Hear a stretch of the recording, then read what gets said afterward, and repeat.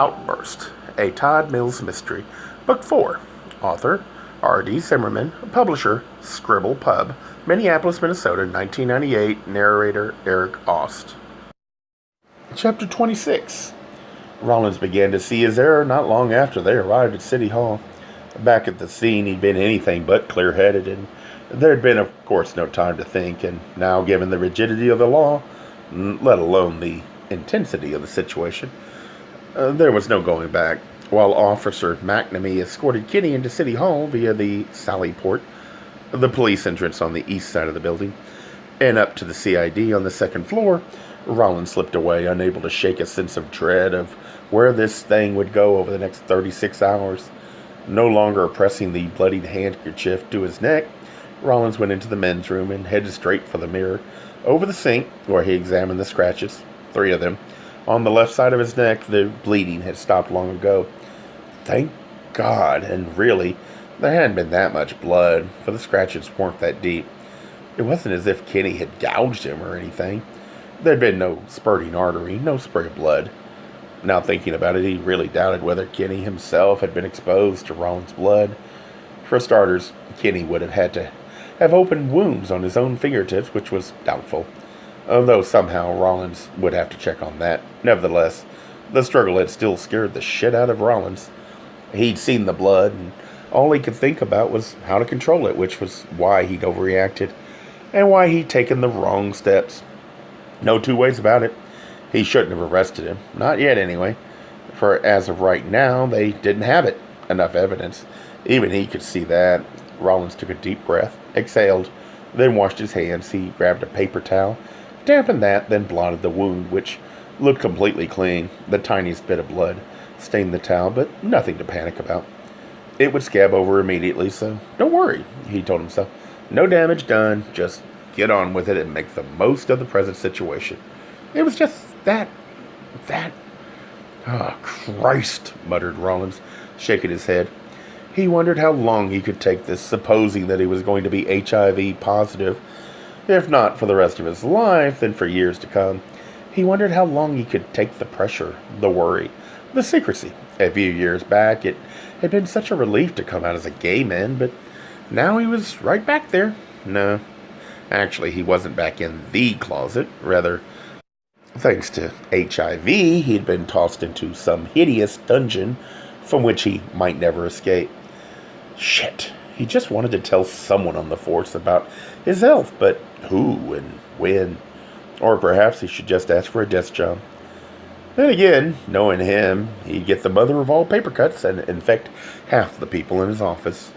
He tossed the used paper towels in the garbage, then, just in case he started to bleed again, stepped into a toilet stall and grabbed some tissue and stuffed it in his pocket.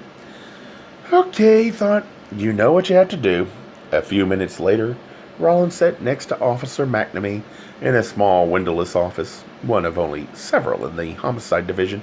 In front of them, on the screen of a color television housed in a Golden Oak Home Entertainment Center, was the image of a person, head bowed, blonde hair disheveled, body completely still. The person sniffed once, and the sound was picked up clearly and precisely. So, said Rollins, nodding at Kenny, what's he been doing? Nothing, replied McNamee. Hasn't moved a muscle. The interview room was right next door, a small chamber, only some 6 feet by 8, with a round table right in the middle. On the table sat 2 glasses and a sweating pitcher of ice water, and around the table were 4 simple, armless office chairs. The fabric on the seats, a dark maroon. The walls were plain and nondescript, beige vinyl wallpaper covering them, and a single heating and air conditioning vent was mounted halfway up one wall. Hidden in the vent was the video camera. Rollins glanced at his watch.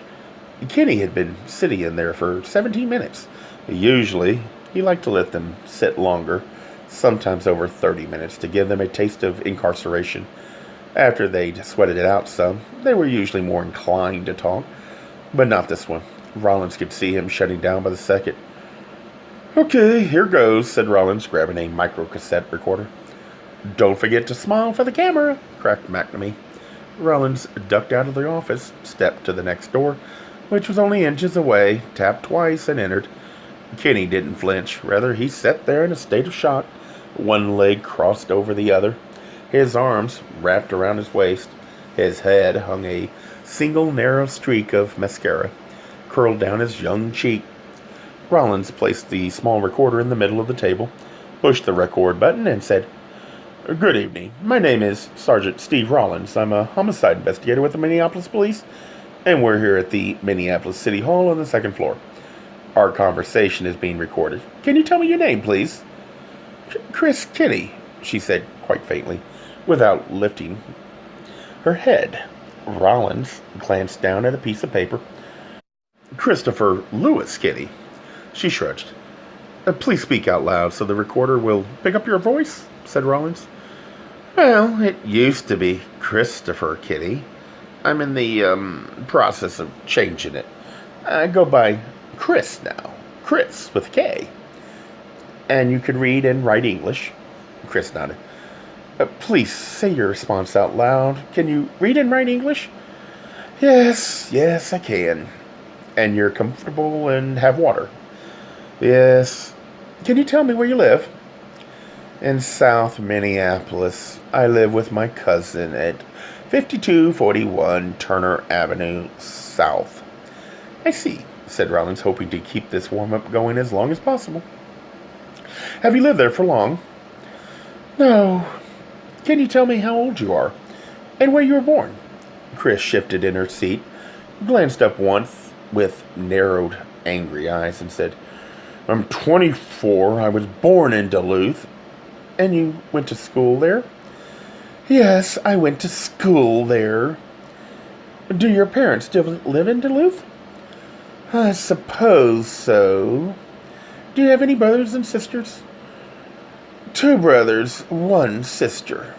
In the hope of gaining his trust, Rollins continued with this series of banal questions, asking, "Did you go to college?"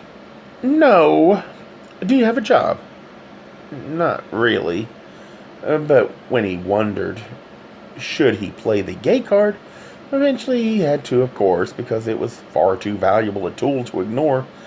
He considered waiting, then dropping some "I'm a member of the tribe, too" line when he needed to break Kenny back to make him feel as if he had a friend in Rollins. But no, he should work it in now, because one of the earliest things Rollins had learned as an investigator was how critical it was to build some rapport.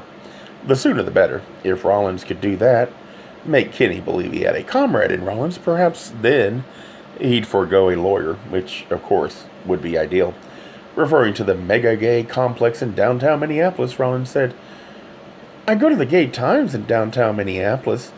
Haven't I seen you there?" For the first time, Chris looked up, cocking her painted right eyebrow. She stared at Rollins for a long, ponderous moment. Then Chris poured herself a glass of water, took a sip, and leaned toward the small recorder. "That's right, I think we have met," said Chris quite clearly. "But I don't think it was down at the Times.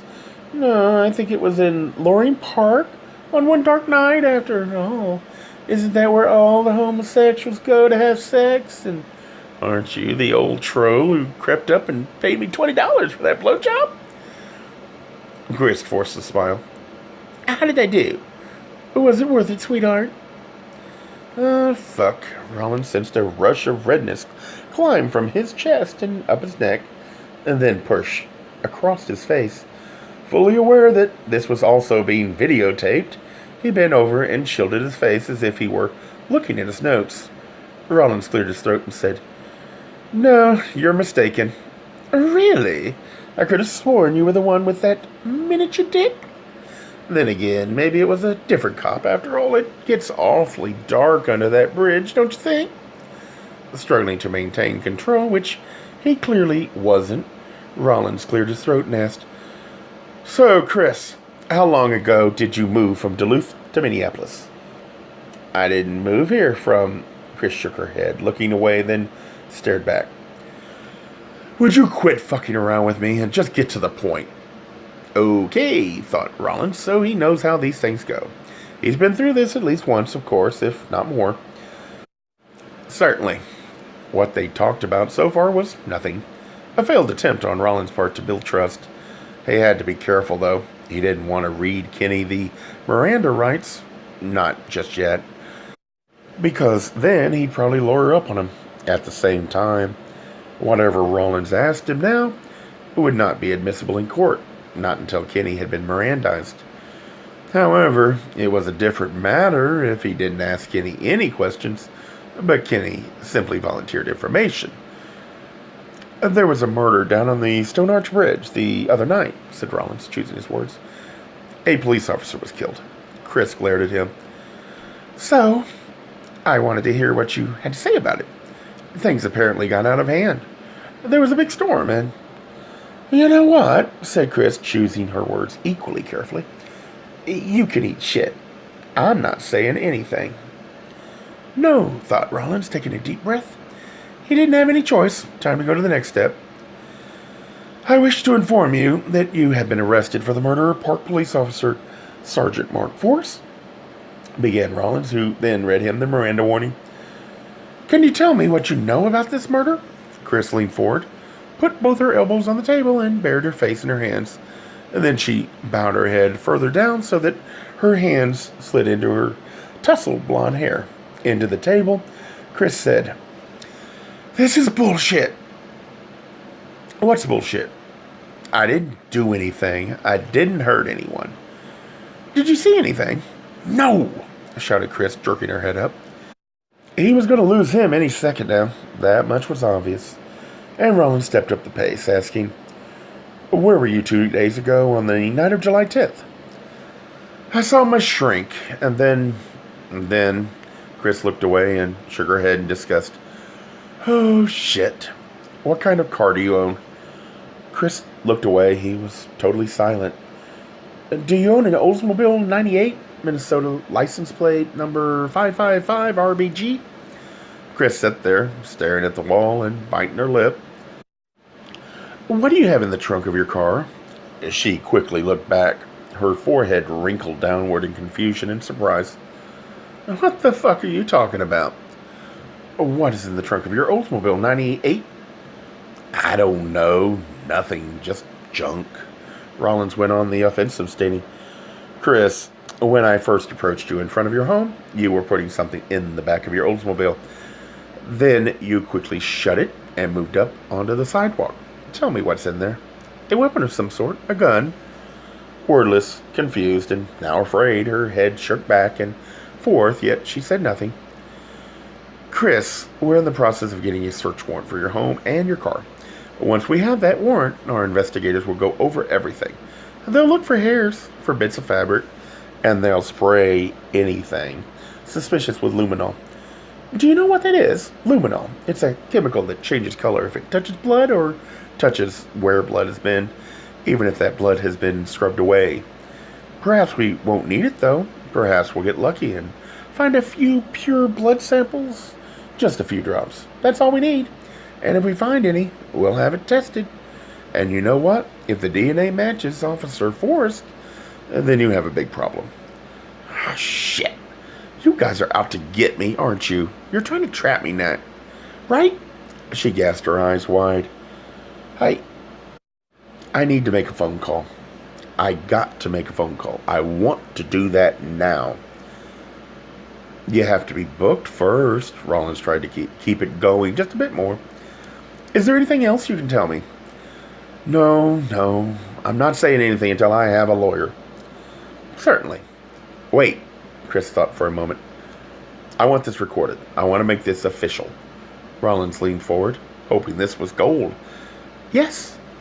Chris leaned toward the small recorder and said, I have to have a private call. I don't want to be with anyone else. My name is Chris Kinney, and I'm a transgender person. If you put me in a cell with a bunch of guys, they're going to rape the shit out of me. Am I clear? Absolutely, said Rollins, unable to hide his disappointment. Don't worry. I can guarantee that for the next 36 hours, you'll have a cell all to yourself. I mean it. If any guys in the prison hurt me, I'm going to sue the Minneapolis Police Department for every fucking dime it's got. Rollins saw the hate in Kenny's eyes, and then clicked off the recorder and pushed back his chair. Come on, Officer McNamee will take you down. It wasn't a quick process, but it wasn't hard. All she had to do was let herself be shepherded along. Arms up, arms down, fingers here, that one there. Look this way, turn the other. Ink and photograph.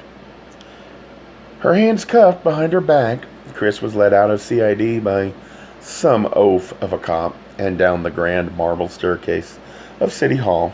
About 3 steps from the bottom, she unknowingly walked through an infrared beam, which triggered a buzzer at the guard desk below. The guard looked their way, checking to make sure all was well this evening, then turned back to his magazine.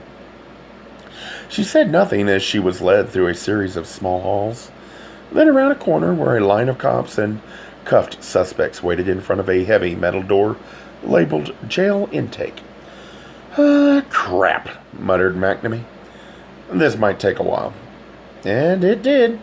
Nearly 40 minutes. Eventually, though, Chris was led up to the door and buzzed into a small room, where she was officially turned over to the Hennepin County Sheriff. Once she was thoroughly and completely searched, the deputy buzzed her into the next hall and the process of booking began. In sequence, her personal information was taken. She was next carefully fingerprinted, her fingers rolled in ink one by one, and lastly photographed. Only then was Chris shunted onto a heavy, secure prisoner elevator and taken to the jail on the 5th floor.